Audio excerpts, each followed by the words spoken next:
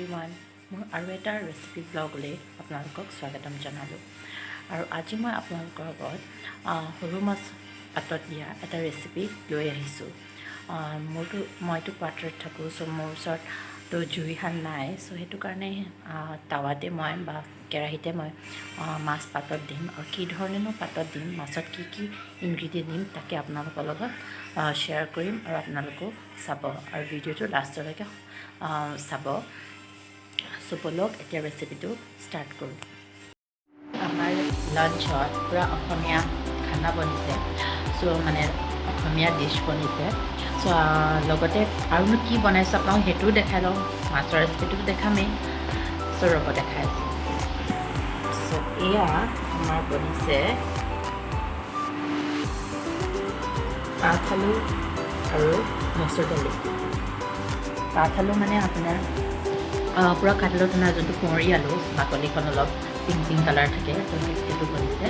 তাৰপিছত এয়া সৰু মাছটো এনেকৈ ধুই থৈ দিছোঁ। আপোনালোকে ইয়াতকৈ ডাঙৰ মাছ ল'লে ভাল, মই একদম সৰু আমাৰ এইখিনি একদম সৰু হয়। তো এইখিনি ধেৰুৱা নহয়, সৰিয়হ পাত, চৰি কনফিউজনেই হৈ যায় ধেৰুৱা আৰু সৰিয়হ পাত, এইখিনি সৰিয়হ পাত। চ' আজি আমাৰ লাঞ্চত ইমানেই, আৰু দেখাই আছোঁ লাঞ্চ হোৱাৰ পিছত আৰু ৰেচিপিটো মাছৰ।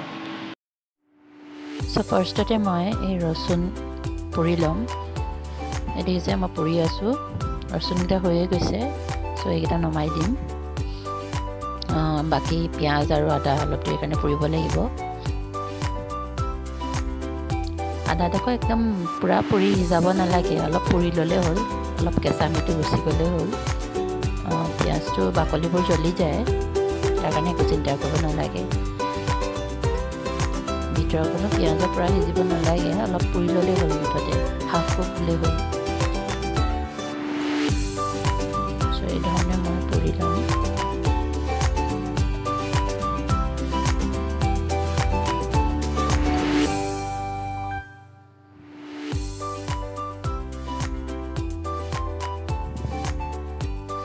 পিঁয়াজটো মই নমাই দিলোঁ, সেইখিনি পুৰি হৈ গ'ল।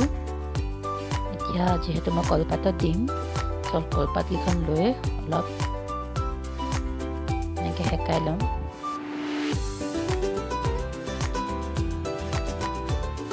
অলপ বেছিকৈ পুৰি খাই গ'ল, পাত লাগে অলপ পুৰি ল'লে হ'ল। আৰু এখন পুৰি ল'ম। মোৰ কলপাতবোৰ সৰু চ' চাওঁ মোৰ হয় নে নহয়। যদি নহয় মই ব্যৱস্থা কৰি ল'ব লাগিব কিবা এটা। কলপাতখন সৰু, ডাঙৰ কলপাত পোৱা নগ'ল ইয়াত। চ' সৰু কলপাতত নাজানো হ'বনে নহয়। বাট এনেকৈ সেকি লৈছোঁ। কলপাতত মেৰিয়াই দিলে কলপাতৰ এটা গোন্ধ যোনটো ভাল লাগে, পাতত দিয়া যোনটো গোন্ধ। দেন এইখিনি ইনগ্ৰিডিয়েণ্ট হ'ল মোৰ ৰচুন, আদা ইমান টুকুৰা লৈছোঁ, আৰু পিঁয়াজ, তাৰপিছত কেঁচা জলকীয়া লৈ লৈছোঁ। তাৰপিছত এয়া লৈছোঁ নৰসিংহ পাত অলপ, সৰিয়হ আৰু অলপ নাৰিকলৰ গুড়াও লৈ লৈছোঁ। দেন এতিয়া আমি গোটেইখিনি বস্তু এনেকৈ পটাত পিচি ল'ম। আপোনালোকে মিক্সিটো পিচি ল'ব পাৰে, কিন্তু পটাত পিছাৰ সোৱাদে বেলেগ। মিক্সিত পিচিলে বেছি পেষ্ট হৈ যায়, সেইকাৰণে মই পটাত পিচি ল'ম, যিহেতু মই পূৰা পেষ্ট নাই বিচৰা। আৰু এনেকৈ বাকলিবোৰ গুচাই প্ৰথম বাকলিখিনি অলপ পেলাই দিম। মোৰ ওপৰৰ বাকলিখিনি জ্বলিয়েই গ'ল, চ' অলপ পেলাই দিম, অলপ থ'ম, নহ'লে স্পংকি ফ্লেভাৰটো গুচি যাব ইয়াৰ। চ' অলপ পেলাই দিছোঁ, অলপ থৈ দিছোঁ। এই পিঁয়াজটো মই গোটেইটো নিদিওঁ, অলপ দিম, পিচি অলপ গোটাকৈ কাটি দিম। চ' ওপৰৰ পৰা অলপবোৰ এনেকৈ কাটি দি দিম কটাৰীৰে। এই দেখিছে মই অলপেই দিলোঁ। এতিয়া মই ৰচুনো তেনেকৈ বাকলিবোৰ গুচাই ল'ম, ওপৰৰ বাকলিবোৰ।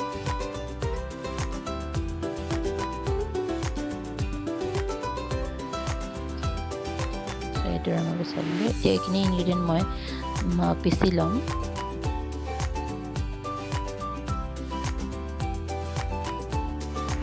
পটাত পিচি ল'ম। ভিডিঅ'টো কৰোঁতে অলপ অসুবিধা হ'ল, সেইকাৰণে মোৰ স্ক্ৰীণখন এই ধৰণে আহিলে। চ' এইদৰে মই পিচি ল'ম।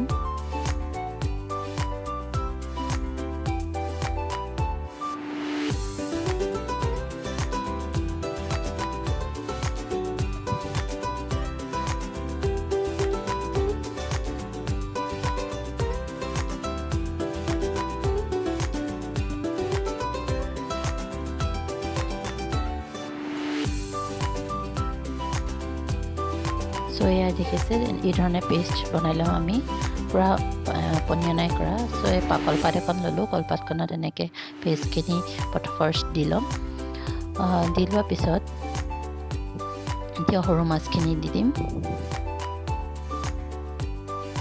সৰু মাছ মোৰ 1 পোৱামান হ'ব 1 পোৱাতকৈ অলপ কম আছে দিছোঁ একদম সৰু সৰু মাছ ইয়াতকৈ অলপ ডাঙৰ হ'লে ভাল এইটো খাই বেয়া নালাগে যোনটো মোৱা মাছ কোৱা হয় আমাৰ ভাবে নাৰিকলৰ গুড়ি অপশ্যনেল হয় আপোনালোকে দিব মন গ'লে দিব নিদিলেও কোনো প্ৰব্লেম নাই তাৰপিছত কেঁচা জলকীয়া এটা দিছোঁ যিহেতু পেষ্টত এটা দিছোঁৱে মই সেইকাৰণে এটাই দিছোঁ কেঁচাকৈ আৰু থকা পিঁয়াজ জোখৰো মই ইয়াত সৰু সৰুকৈ কাটি দিম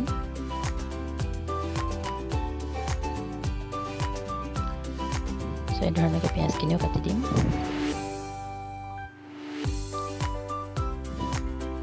দেন মই ইয়াত এতিয়া অলপ নিমখ দি দিম পেষ্টত দিছিলোঁ ইয়াত আৰু অলপ দি দিছোঁ অলপ মিঠাতেল দিম ইয়াত কেঁচা মিঠাতেল সৰহকৈ দি দিম অলপ ভাল লাগে তেতিয়া এইখিনি একদম লাহে লাহে মিক্স কৰি ল'ব মোৰ কলপাতখন সৰুৱে হৈছে চাওঁ মই এতিয়া মেৰিয়াব পাৰোঁ নে নোৱাৰোঁ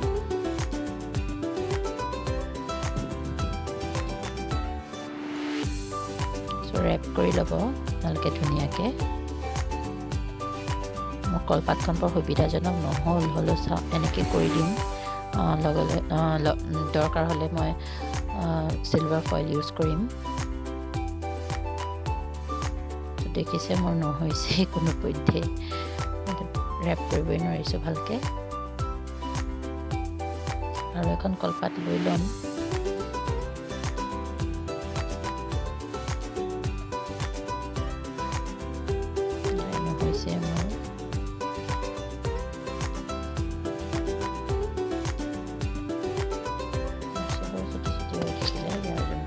ৰাখি থৈছিলোঁ মই চিলভাৰ ফইলে লৈ ল'ম যিহেতু মোৰ নজৰিলে কলপাতখন টাৱাত দিবলৈ তেনেকৈ চিলভাৰ ফইল লৈ ল'ম চিলভাৰ ফইল দিলে এটা ভাল মানে জ্বলি যোৱা চান্স নাথাকে কলপাত দিলে টাৱাত জ্বলি যাব সেইটো কাৰণে যিহেতু মই টাৱাত দিম টাৱাত দি ঢাকি দিম আৰু টাৱাত মই 20 মিনিটছৰ কাৰণে দিম ঢাকি তাৰপিছত এবাৰ পাল্টাই লৈ আৰু 10 মিনিটছৰ কাৰণে সিজাই দিম হৈ যাব হাফ এন আৱাৰ ভিতৰতে হৈ যায় ইমান সময়ত আপোনালোকে মিডিয়াম টু ল' মানে মিডিয়াম হিটত থৈ দিব একদম ল' কৰি নিদিব লগতে মই এতিয়া বনাই আছিলোঁ কাঠ আলু দালি সেইখিনি মই ফোৰণ দি মাৰি ল'লোঁ আৰু মই এতিয়া গৈ আছোঁ মই ভাবিলোঁ দাইলত অলপ মান ধনিয়া দি দিওঁ যিহেতু মই মান ধনিয়াখিনি পৰা দেখাইছোঁ বটক অলপ ছিঙি আনো মই মান ধনিয়া অলপ ছিঙি লৈ যাম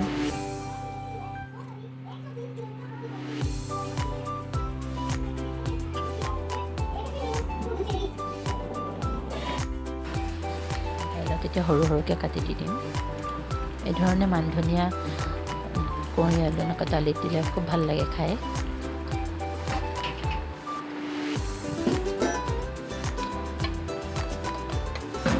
আমাৰ কুঁৱৰী আলু কাঠআলু দালি ৰেডি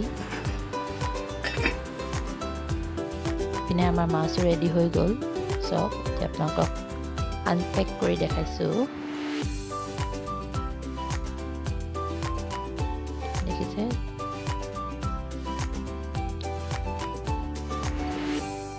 এই ধৰণে পাতত দিলে মাছ ইমান যে ভাল লাগে টেষ্ট বিশেষকৈ সৰু মাছ আৰু এতিয়া মোৰ ওচৰত এই গোল নেমু আছে এইটো গোল নেমু মোৰ শাহু মায়ে মৰণৰ পৰা দি পঠিয়াইছিলে হাজবেণ্ড গৈছিলে ঘৰৰ গোল নেমু হয়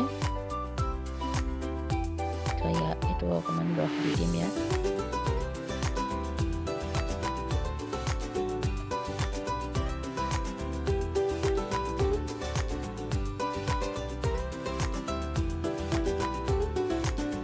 অলপ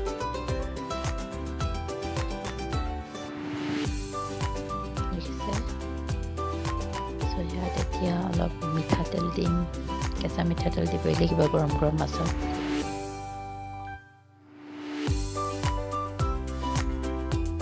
চব কি ধুনীয়া হৈছে মাছখিনি ইয়াত মই হালধি ইউজ কৰা নাই সো এতিয়া মই প্লেটিং কৰি ল'ম এয়া মই কাঁহী ৰেডি কৰি লৈছোঁ ফাৰ্ষ্ট অলপ ভাত আজি আমাৰ দিনৰ লাঞ্চ ভাত অলপ ফাৰ্ষ্ট বাঢ়ি লৈছোঁ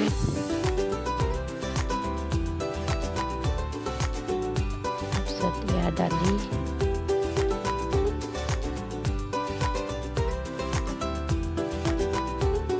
তাৰপিছত ল'ম অলপ ফ্ৰাইও কৰি লৈছিলোঁ মানে সৰু মাছ মুৰমুৰীয়াকৈ ফ্ৰাই কৰিলে ভাল লাগে খাই তাৰপিছত এয়া সৰিয়হ শাক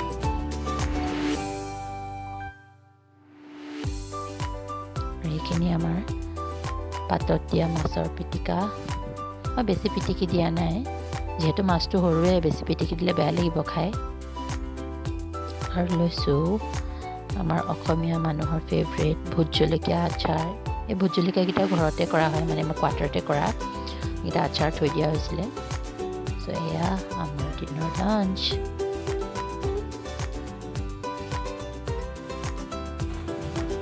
এয়া চব